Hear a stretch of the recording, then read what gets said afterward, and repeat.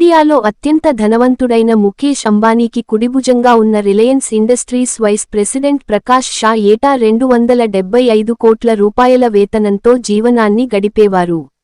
ఉద్యోగంలోనే కాదు, సంపాదనలోనూ అత్యున్నత స్థానంలో ఉన్న ప్రకాష్ షా తన వ్యక్తిగత జీవితం, సంతోషం గురించి తపన చెందారు.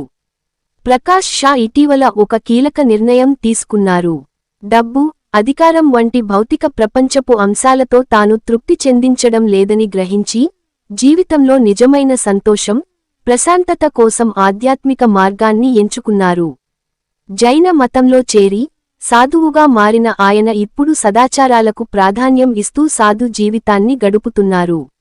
డబ్బు, అధికారం ఎక్కువైనంత మాత్రాన జీవితంలో తృప్తి దక్కుతుందనేది తప్పుడు అభిప్రాయం అని ప్రకాష్ షా ఉదాహరణగా నిలిచారు.